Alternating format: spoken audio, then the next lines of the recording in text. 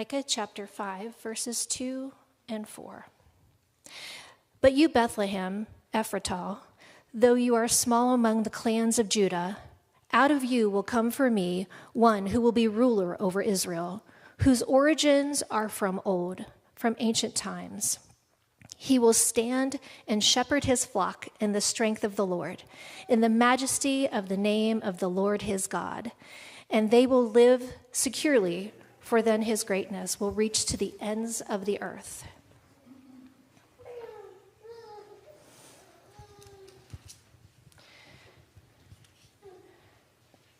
In Bethlehem, in Judea, they replied, for this is what the prophet was written. But you, Bethlehem, in the land of Judah, are by no means least among the rulers of Judah, for out of you will come a ruler who will shepherd my people Israel. Thus saith the Lord. Thanks be to God.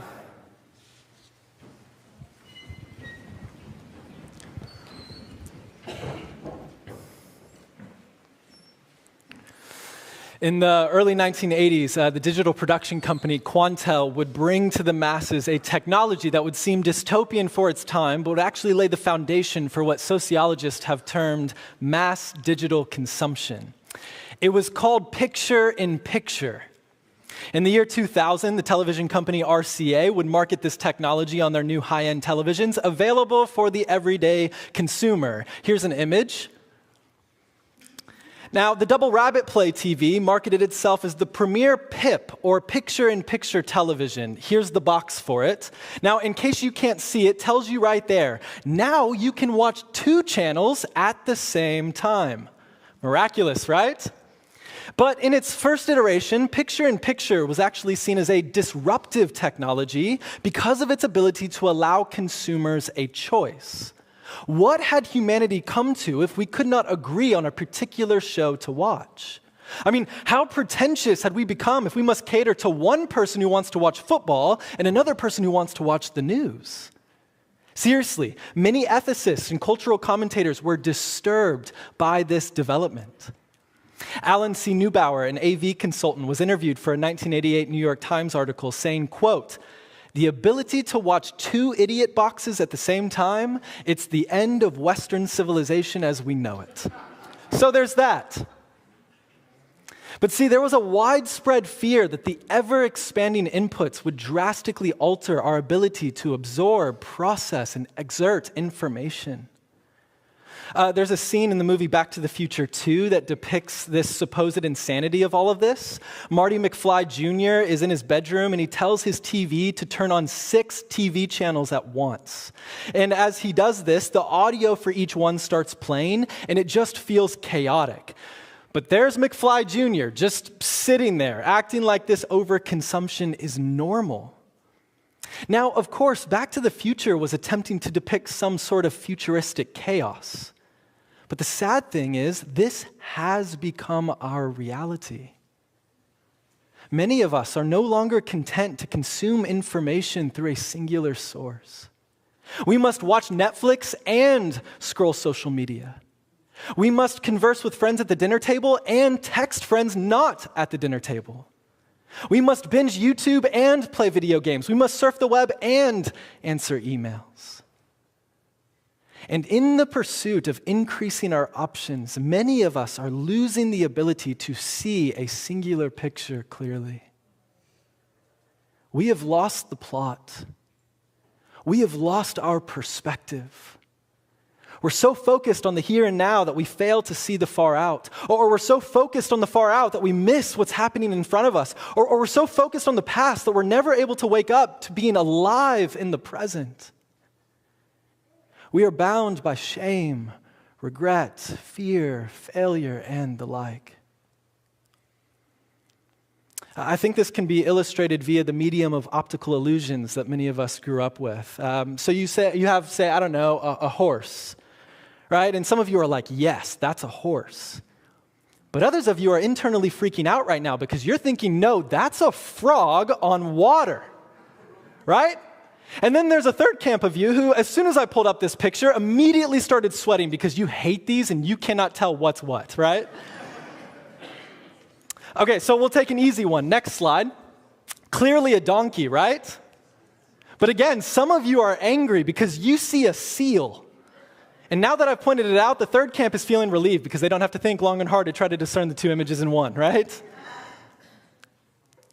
My point is, we as a society have been swept up in the over-inundation of information.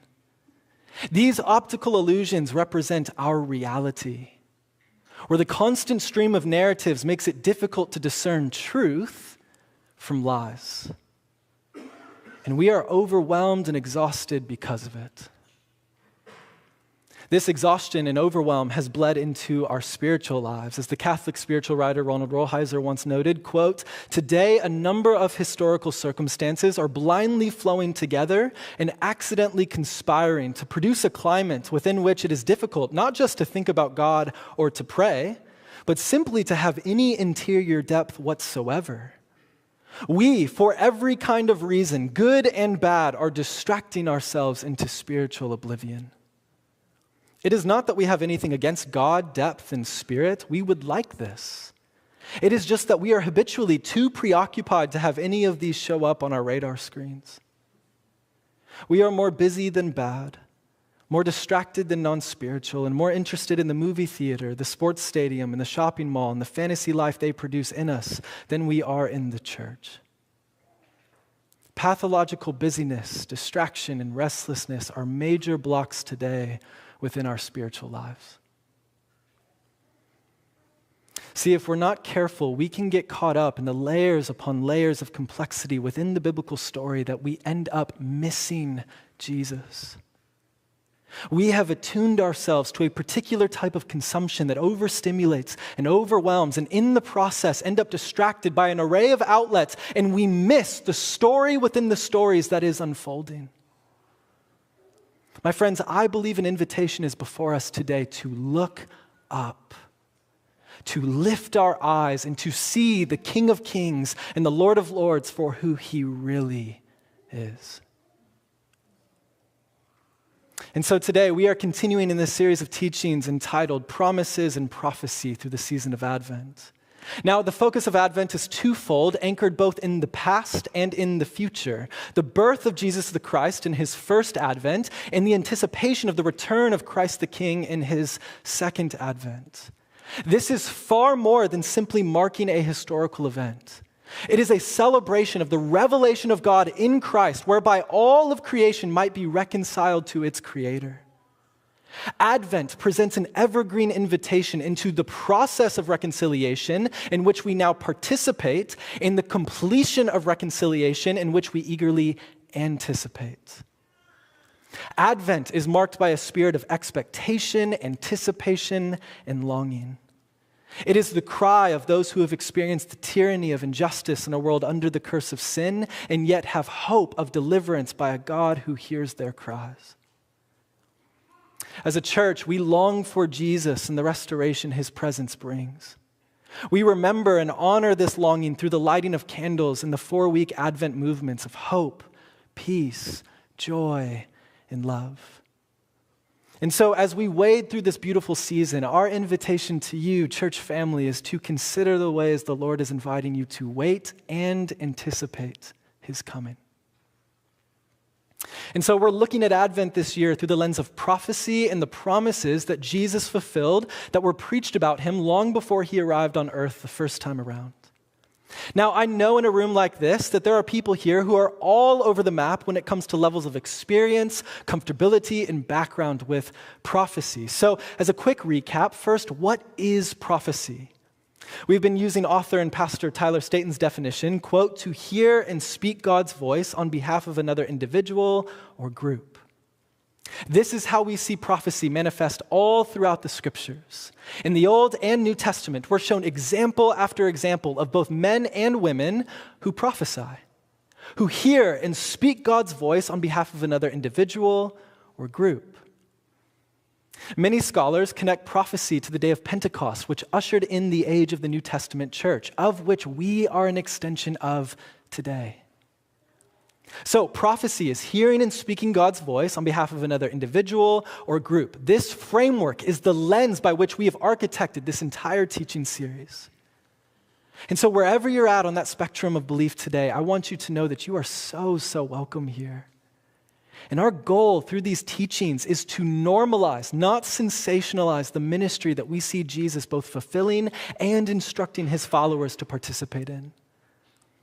And again, our invitation to you, church family, is to, with wonder and awe, reflect on all of the ways that Jesus fulfilling these prophecies is good news for us today. And to eagerly anticipate Christ's second coming when the remaking and refashioning of heaven on earth will be made complete. Last week, we looked at how the birth of Jesus, the Messiah, came about, and we unpacked a few of the prophetic promises that the gospel writer Matthew claims Jesus fulfills in his opening chapter. And so today, we're going to pick up the story in Matthew chapter 2, starting in verse 1. Matthew writes this: "After Jesus was born in Bethlehem in Judea, during the time of King Herod, Magi from the east came to Jerusalem." Now, this word magi has a whole lot of cultural appropriation placed onto it. Summarized in the popular hymn, "We Three Kings," right? Often the magi are visually depicted something like this, or this, or this. Does this look familiar to anyone? See, the Magi have become woefully misunderstood for most of us. So let me attempt to bring some clarity here. First of all, nowhere in the scriptures does it say that there are 3 Magi visiting the Christ child. Most likely, a whole company of Magi came. Also, nowhere does it say that these men are kings. Now, Magi does denote nobility, so they for sure were men of high stature, influence, and wealth wherever they were coming from, hence the expensive gifts of gold, frankincense, and myrrh that are offered to the Christ child, but it doesn't necessarily denote royalty.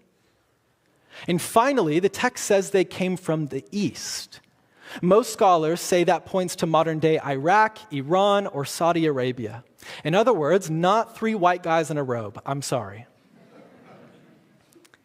So I think the best way to describe these magi is as astrologers. They were students of the sky who used the natural elements of creation to predict future events, to prophesy. Look at their declaration to King Herod in verse 2. They asked, "Where is the one who has been born King of the Jews? We saw his star when it rose and have come to worship him." Now, Magi coming from the east would equate to about, most scholars believe, an 800 to 900 mile journey to Jerusalem, which also means that these Magi were not present on the night of Jesus' birth. Back to verse 1. "After Jesus was born in Bethlehem in Judea, during the time of King Herod, Magi from the east came to Jerusalem." But look here, Matthew 2, verse 11. "On coming to the house, they saw the child with his mother Mary, and they bowed down and worshiped him." But remember, Jesus wasn't born in a house. And this word child is in Greek paidion, and that is different from the word brephos, which means infant or newborn. Okay, so here's what I'm getting at. It is most likely that the Jesus that they are visiting is a toddler, not a baby. Okay, so now that I've wrecked your nativity scene, let's keep moving. Verse 3. "When King Herod heard this, he was disturbed, and all of Jerusalem with him. When he had called together all of the people's chief priests and teachers of the law, he asked them where the Messiah was to be born." Notice King Herod's response. He was what? He was disturbed. Now, to understand this reaction, we must understand who Herod was. Herod was the Roman-appointed king of Judea. The son of an extremely influential family, Herod rose through the political ranks using his wealth, giftedness, organization, and intense loyalty to Rome as stepping stones to power. And power he loved.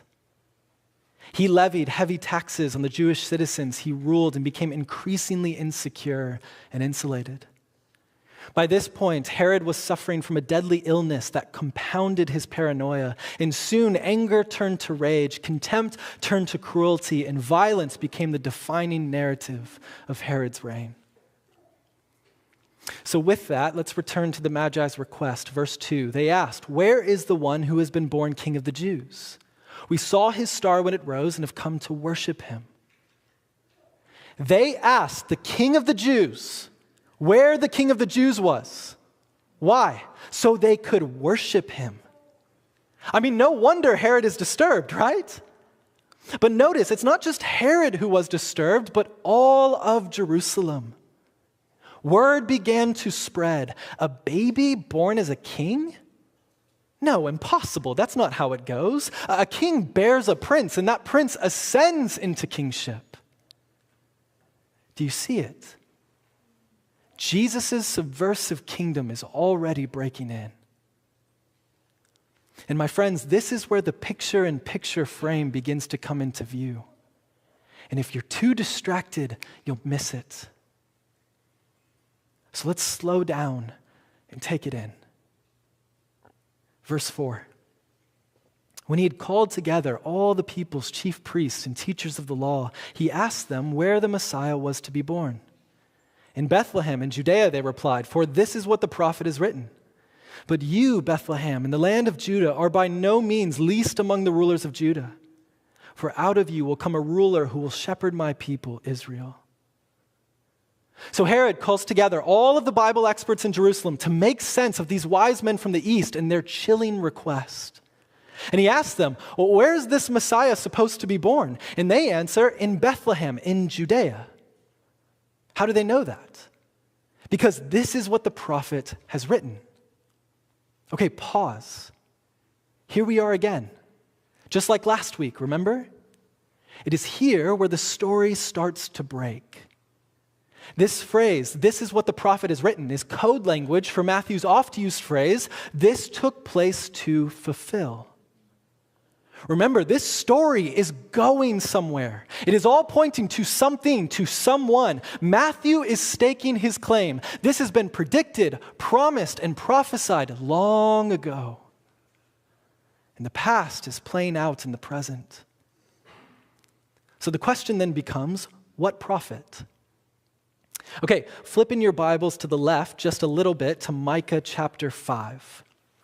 Micah was an ancient Israelite prophet who lived in the small town of Moresheth in the southern kingdom of Judah at the same time as Isaiah, the prophet we looked at last week, roughly 586 to 539 BC, or before Christ was born. And like all the prophets, Micah spoke on God's behalf to hold Israel accountable for the ways they had drifted from the covenant they had made with God. And so he spends the first 4 chapters of his book accusing Israel's leaders for the wicked things they've done. He says that their wealth is the result of theft and greed. He attacks these supposed prophets who are offering promises of God's protection to anyone who pays for it. Sound familiar?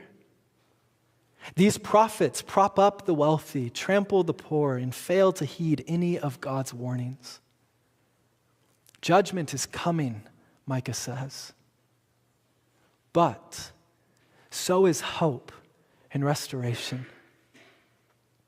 See, eventually a leader who is not corrupt, greedy, or power-hungry will come. A king who will actually empty himself and die so that his subjects might live. And it is here in Micah chapter 5 that we read of this promised king's arrival. Micah writes, "But you, Bethlehem Ephrathah, though you are small among the clans of Judah, out of you will come for me one who will be ruler over Israel, whose origins are from old, from ancient times. He will stand and shepherd his flock in the strength of the Lord, in the majesty of the name of the Lord his God, and they will live securely, for then his greatness will reach to the ends of the earth." Bethlehem Ephrathah carries great significance. Bethlehem means house of bread, and Ephrathah means fruitfulness or abundance. In other words, life and life to the full will spring forth from which the town of it is named. The bread of life, which eternally satisfies, that is Jesus, will come from the house of bread, that is Bethlehem.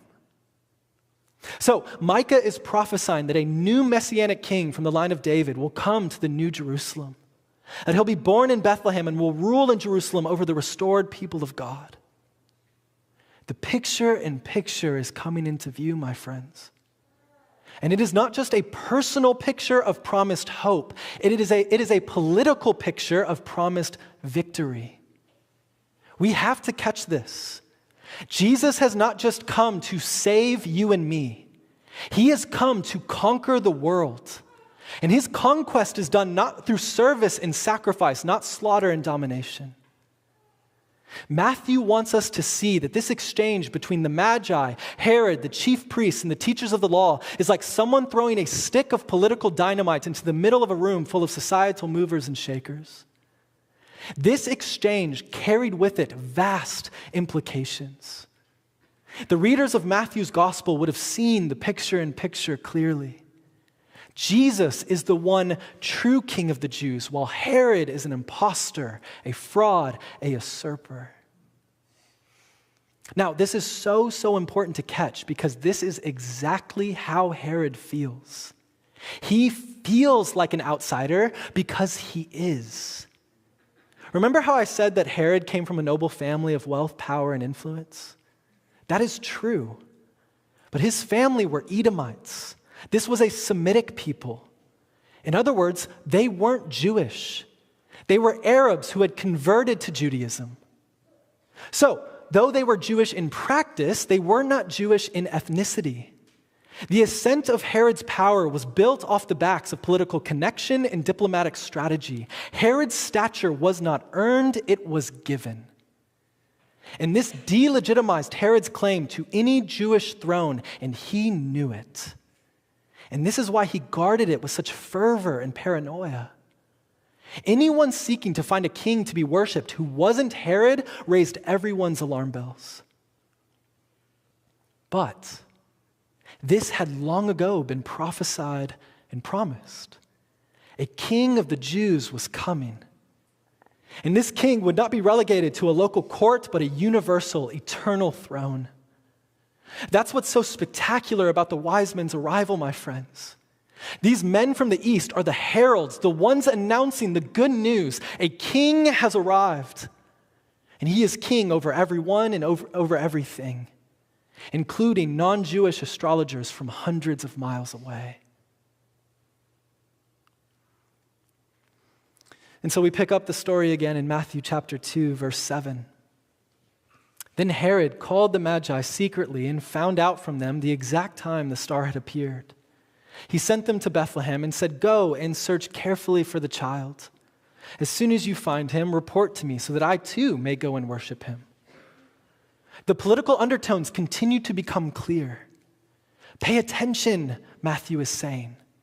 The irony is palpable. The one who has spent his entire life forcing others to worship him now wants to go and worship a child? But of course, this is not so. For the violent character of Herod will soon become clear in future weeks of this teaching series. Verse 9, after they had heard the king, they went on their way, and the star they had seen when it rose went ahead of them until it stopped over the place where the child was. When they saw the star, they were overjoyed. On coming to the house, they saw the child with his mother Mary, and they bowed down and worshiped him. Then they opened their treasures and presented him with gifts of gold, frankincense, and myrrh. So this star that had led the wise men to Jerusalem now reappears. Scholars have labored to try to decipher what this star might have been. There's no general consensus, but one theory that seems compelling is the recorded fact that the planets Jupiter and Saturn had overlapped with each other 3 times beginning in 7 BC. And Jupiter was known in the ancient world as the royal or kingly planet, and Saturn was sometimes thought to represent the Jewish people. And so if this is the case, then the conclusion is obvious surrounding the meaning of this star. A new king of the Jews is coming. So they follow this star until it lands over the place where Jesus was. The King James translation reads, "till it came and stood over where the young child was." Early commentators believe this to be more literally translated, quote, "stood over the head of the child." This is why in much ancient medieval art, the essence of a halo is often presented around Jesus. For instance, here's Luca de Tome's 14th century painting Adoration of the Magi. Note the halo-like outline denoting the glory of Christ shining upon everyone.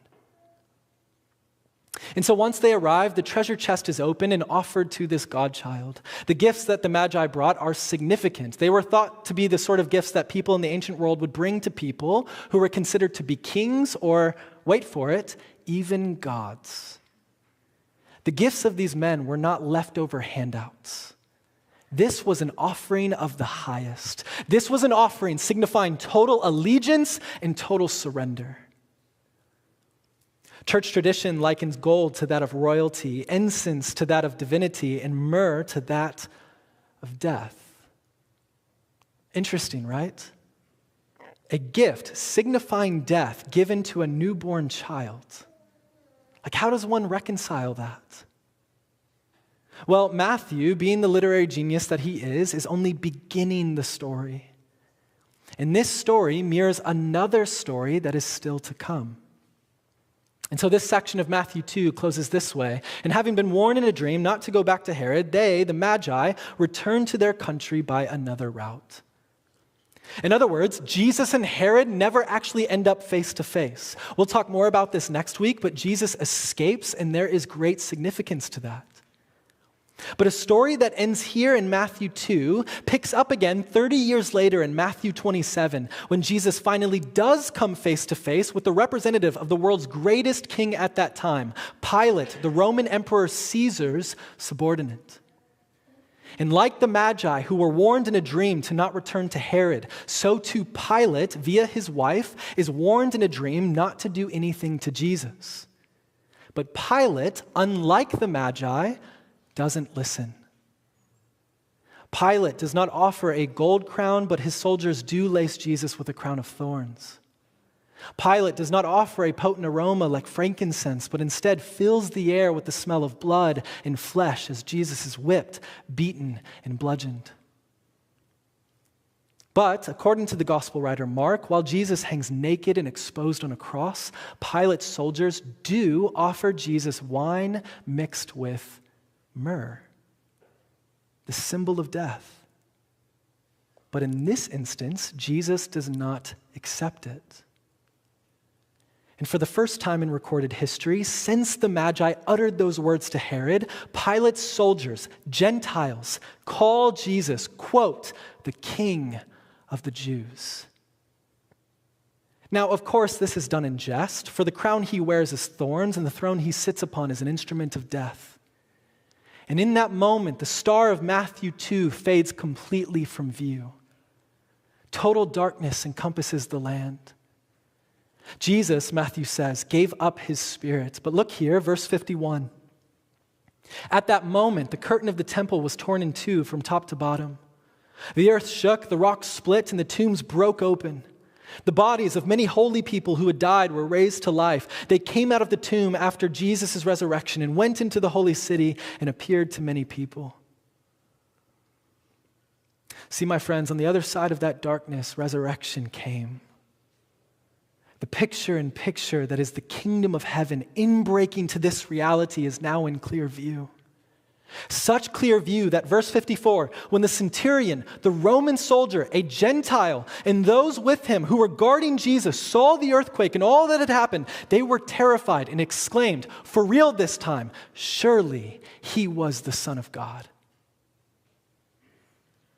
My friends, the echoing statement of the gospel is the universal declaration that Jesus is Lord. The widely respected New Testament scholar N.T. Wright, in his commentary on this passage, writes, quote, listen to the whole story Matthew is saying. Think about what it meant for Jesus to be the true King of the Jews, and then come to him by whatever route you can and with the best gifts you can find. See, there are two responses we can have to such a declaration, to an epiphany or a revealing of Christ. The bookends of epiphany, of Jesus' manifestation among us, is wonder or worry. Note the two distinct responses of both the Magi and Herod. First, the Magi, verse 11, they bowed down and worshiped him. This response came after these wise men from the east traveled hundreds of miles on what was certainly an arduous, taxing, laborious, costly, difficult journey in search of something they weren't even sure would be there upon their arrival. And that is the mystery of the invitation of Jesus, to follow the wonder. Come, follow me, he says. He does not say to where or how, he simply says, come. And we must, in faith, take him by the hand and begin that journey. But on the other end of the spectrum is worry. And it's here that we return to Herod, Matthew chapter 2, verse 3. When King Herod heard this, he was disturbed, and all of Jerusalem with him. To accept the invitation of Jesus is to release all of our control over the things we often desperately cling to. Our power, our position, our authority, our autonomy, our sexuality, our vocation, our title, our wealth, our lack, our family, our relationships, our identity. All of these things that we often make idols must be submitted to King Jesus and lived within the confines of his rule and reign. As Jesus extends his hand, a crossroads unfolds before us, to be open and willing to step into the new and perhaps even the unknown, or to worriedly cling to all that is safe and familiar. See, following Jesus is often simple, but it's rarely easy.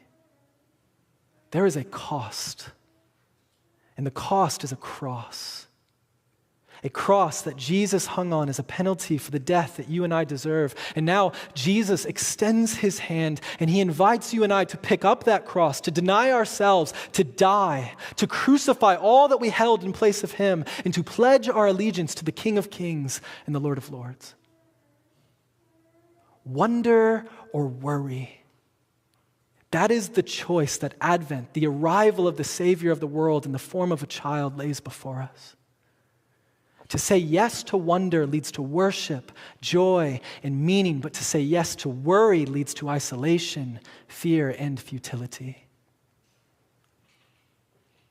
The 17th century French mathematician Blaise Pascal is often attributed with saying some version of this, quote, "There is a God-shaped vacuum in the heart of every person, and it can never be filled by any created thing. It can only be filled by God, made known through Jesus Christ."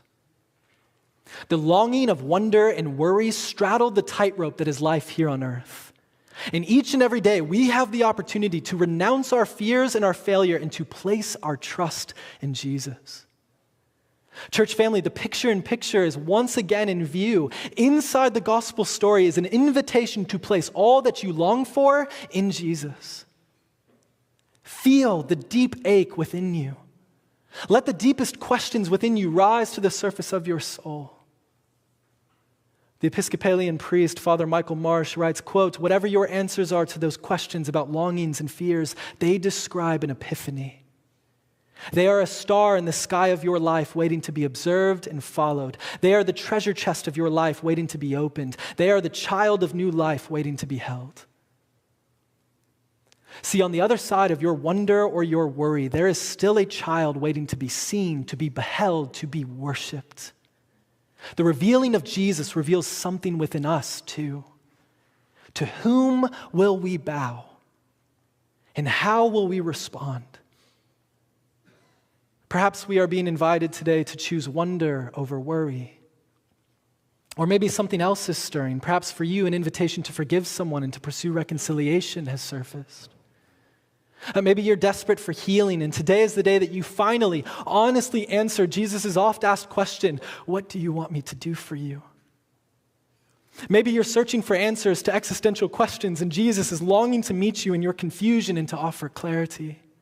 Maybe you need courage to take the next step, to apply for that job, to ask her to marry you, to tell the truth, or to extend compassion. My friends, this is where Jesus seeks to meet us. With all that we have and all that we are, to shepherds in a field, to wise men from the east, and to a ruthless tyrant of a nation, Jesus mercifully and graciously reveals himself. And the question is, how will you respond? One of my favorite paintings of all time is by Caravaggio, entitled "The Incredulity of St. Thomas." Here it is. And in John chapter 20, Jesus has risen from the dead, and he appears before his disciples. All of the disciples but one, Thomas, also known as Didymus, the twin. So when Thomas returns, the disciples enthusiastically share, "We have seen the Lord." Thomas, ever the realist, comes back with a snarky reply. Well, unless I see the nail marks in his hands and put my finger where the nails were and put my hand into his side, I will not believe. Now, most of us know Thomas for this line. He's been unaffectionately termed Doubting Thomas. But I don't think Thomas gets nearly enough credit for the faith that he is showing in this moment. Now, a little backstory. A few chapters earlier, there's this oft-overlooked exchange of Jesus and his disciples prior to the resurrection of Lazarus in John chapter 11. It goes like this. Then Jesus said to his disciples, "Let us go back to Judea." "But Rabbi," they said, "a short while ago the Jews there tried to stone you, and yet you are wanting to go back." Translation, "This is not a good idea, Jesus. We don't want to go do that." But Jesus was indignant. "Lazarus is dead. I'm going back to comfort his sisters and fulfill my kingdom agenda. Who's with me?" Crickets. Except Thomas. Doubting Thomas. Then Thomas, also known as Didymus, said to the rest of the disciples, "Let us also go that we may die with him." See, Thomas was so attuned to Jesus and his agenda that he was willing to die with his rabbi. He believed Jesus was the foretold Messiah. So when Jesus is brutally murdered and buried, all of Thomas's dreams are dashed. He had believed so fiercely, and he had been let down so embarrassingly.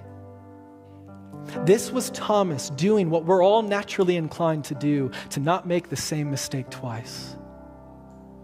Like, we cannot overstate how traumatic Jesus' death was for his disciples. They had mortgaged everything on him being who he said he was, and he was gone. Just like that.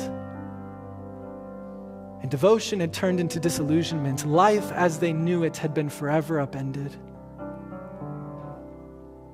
And I just wonder if there's some of us in the room today who you've been tracking and following up to this point. You recognize the two options that exist are wonder or worry, but if you're being really honest, you've actually chosen an alternative third option, resignation. Like, you tried giving your life to Jesus and you feel like he's failed you. Suffering and hardship still came. Your mom still passed away. Your ex-husband still left you. They still bullied you. You were still fired. They still got away with it. And perhaps you're here today not enamored with the miraculous, prophetic, promised arrival of a king. You're just numb to it. You find yourself here today disappointed and disenchanted with a God who said he would save you but has seemingly abandoned you. My friends, I think Thomas understands what that's like. For 8 days, he lived in total darkness. A new reality had set in, a reality full of hurt, embarrassment, frustration, and resentment. This is not the life I signed up for, I imagine Thomas saying. But then, a week later, Jesus' disciples were in the house again, and Thomas was with them. Though the doors were locked, Jesus came and stood among them and said, "Peace be with you." Then he said to Thomas, "Put your finger here. See my hands. Reach out your hand and put it into my side. Stop doubting and believe." Now, the question we all leave this story with is, why did Jesus have to wait? It's the same question many of us are asking in our own stories. Why hasn't Jesus shown up? Why hasn't Jesus initiated justice for the wrongs done to me? Why hasn't Jesus revealed himself to me? The trauma of our past often keeps us in a pit of despair that slowly dismisses the possibility of healing ever taking place. But in time, the wounded healer reveals himself, wounds and scars intact. And he's waited for this moment. The moment where the pain of the world, the pain he endured, and the pain of your own past all coalesce. A moment of desperation where Jesus is able to most clearly reveal himself to you. This is the moment Caravaggio is depicting. Here we have Jesus gently guiding Thomas's finger into his wound. And we have Thomas with an expression of such surprise and intensity that it forces us to fix our gaze and to ponder the thoughts going through his head. This is the moment of epiphany. Jesus is revealing himself to Thomas in the same way he revealed himself to the Magi, in the most personal, vulnerable, and intimate of ways, first as a child and here as the resurrected Christ. He meets Thomas's wounds with his own, and it is this encounter that changes everything for Thomas. For Thomas said to him, "My Lord and my God." Pastor and author Tyler Staton writes, quote, "That was the collision point. That was the moment Jesus waited 8 days for. That was when Thomas saw the story of the world, the story of Jesus, and the story of his one individual life, all in a single frame. His feet were standing on earthly soil, well acquainted with the potential and limitations of this life. He had walked the distance of the story of Jesus, experiencing life as it was meant to be lived, and the horrific injustice of death. And now resurrection was moving from fairy tale theory to something tempting enough to wake up his dormant hope. Thomas's life had been upended by the disappointment of a supposed Savior's death and disappearance.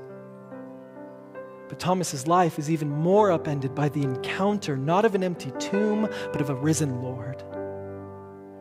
This is the power that Jesus possesses. He's able to take the worst of our lives up to this point, all of the pain, all of the hurt, all of the trauma, wherever it may be on the sliding scale of life, and he's able not just to defeat it, not just to resurrect it, but to repurpose it. According to Jesus, the wounds of this life do not disappear, they transcend. The way that trauma is redeemed is not through avoidance or expiration, but through encounter. This is the good news of the gospel of Jesus Christ, church family. In Jesus, we are offered an alternative story that is entrusted to a loving, wise Savior in the context of relationship. If all that we believe God is a Savior who lived, died, resurrected, and ascended, that is certainly enough to get us saved. But when we believe this alternative story is not just universal, but intensely personal, that the invitation is extended to us to touch Jesus' wounds and to mirror ours to his, to see for ourselves that he really is who he says he is, that's what gets us healed. God really is who he says he is. And this is where truth moves from theoretical to the actual. There is a way forward. In a world that thirsts for retribution, followers of Jesus are able to pursue reconciliation. In a world of intense division, followers of Jesus can seek holistic integration of their mind, soul, and body. In a world that thrives on hate, followers of Jesus can find healing in a God who saves and loves. Healing of our pain is possible. In Jesus, we find our wounds and our suffering exposed, enveloped, and transformed by the wounded healer himself. As a mentor of mine once said, quote, "Jesus' method of healing isn't protection against pain, but redemption through it." Now, all of this can sound neat and cozy if we keep this on the margins of our life. Cliches and half-truths only go so far as to make us feel like we're doing the work. But true transformation only comes through actually doing the work. See, we're not responsible for the awful, traumatic things that have been done to us. But we are responsible for carefully tending to our wounds and allowing our pain to touch and be touched by Jesus, who himself understands pain and wounds unlike anyone else. And so for those of us here today whom Jesus has revealed himself to, once again, the invitation is being extended. Come and follow me. Today, you have the opportunity to return home as the Magi did, quote, by another road. A road less traveled. A road not of condemnation, but of conviction. A road not of rebellion, but of repentance. A road not of fear, but of faith. But it requires that you grab the extended hand in front of you. The hand with scars in it, a hand that is weathered and worn, that has seen all of the pain, all of the hurt, and all of the brokenness that you've endured, and who chooses to be near to you still. This is Emmanuel, God with us. A God who is present, who does not intervene and pull strings from a heavenly distance, but who comes down into the muck and mess of our life and actively participates in the restoration of his creation. That God is revealing himself to you today. But pay attention. because his revealing often comes in the midst of the everyday, ordinary, mundane mess that is life.